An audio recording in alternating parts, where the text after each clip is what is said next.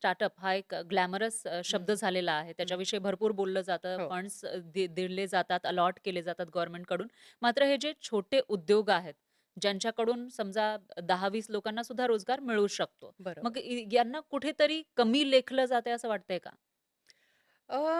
खरं आहे स्टार्टअप हं. हा बझवर्ड झालाय आता. हां. खूपच जणं स्टार्टअप, स्टार्टअप केल्यामुळे तो खूप इंटरचेंजेबली पण वापरला जातो. हं, हं. अ, नवीननी सुरू केलेल्या बिझनेसला पण स्टार्टअप म्हणतात. काहीतरी इनोव्हेटिव्ह आणलं तर त्याला पण स्टार्टअप म्हणलं हं, हं, जातंय. हं. त्यामुळे स्टार्टअप म्हणजे नक्की काय? हं. हे जरासं कुठेतरी कन्फ्युजिंग व्हायला लागलंय. हां, हां.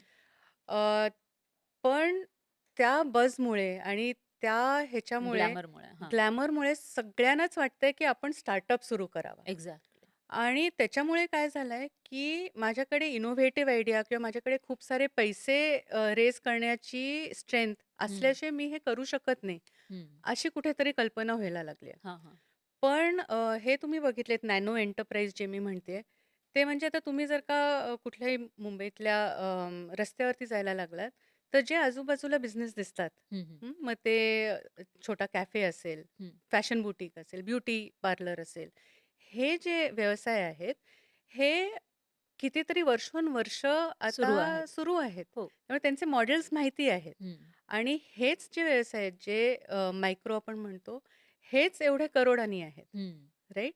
सो मला वाटतं, की ह्याच्यात सुद्धा इनोव्हेशन होत नाही का? तर ऑफकोर्स होते. हं. कारण एकतर हे छोटे असल्यामुळे त्यांच्याकडे रिसोर्सेस खूप कमी आहेत आणि हो. तेवढ्या कमी रिसोर्समध्ये त्यांना खूप काही करावं लागतं टू सस्टेन आणि ग्रो. एक्झॅक्टली. त्यामुळे तिथे पण खूप सारं इनोव्हेशन आहे. हं, तिथे हं. पण खूप सारं धैर्य दाखवावं लागतं, की हा रन करायला. पण ॲट द सेम टाईम ते मॉडेल्स माहितीचे असल्यामुळे ते कसे रन करायचे ह्याचे बेस्ट प्रॅक्टिसेस आहेत. हो. आणि आमच्यासारखी लोकं किंवा खूप एक्सपर्ट्स, मेंटर्स जे आहेत, त्यांना हे माहिती आहेत बेस्ट हं, हं. प्रॅक्टिसेस. आणि हा सपोर्ट जर का ह्या करोडो नॅनो एंटरप्राइजेसला मिळाला, हं, हं. तर सपोर्ट आणि एंट्री बॅरियर कमी असल्यामुळे हं, हं. यूथ यंग पीपल जे आहेत, त्यांना एखादा असा जर का एंटरप्राइज करायचा असेल, बिझनेस करायचा असेल, तर अगदीच करू शकतात. त्याचा हं. एंट्री बॅरियर एवढा हाय नाही आहे. हं. कारण स्टार्टअप इतकं त्याला एवढा फंड्स नाही लागत. त्याला एवढे छोट्या फंड्समध्ये होऊ शकतात. हं. सो एक स्पाइस करणाऱ्या चटणी आणि स्पाइस करणाऱ्या बाई आमच्याकडे होत्या. हां.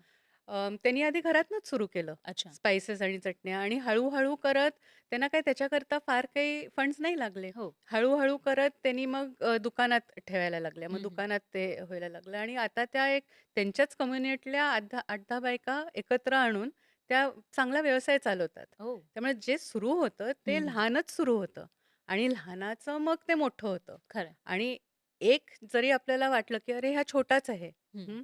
एक कॅफे फक्त काय 4, 5, 10 लोकांना रोजगार देतोय, देऊ शकतो. रोजगार हां. देतोय. पण असे एवढे करोड आहेत ना, हं. त्यामुळे एवढ्या करोडांनी 4-5 जणांना जरी दिले, हं. नोकऱ्या तरी किती करोड नोकऱ्या होऊ शकतात. खरं त्यामुळे आहे. मला वाटतं आपण त्या नॅनो एंटरप्राइजकडे इंडिव्हिज्युअली न बघता, हं, हं. ग्रुपनी बघितलं, तर स्टार्टअपच्या खूपच वेगळ्या प्रकारेनी इम्पॅक्ट होऊ शकतो. खूप साऱ्या नोकऱ्या होऊ शकतात हं, त्याच्यामुळे.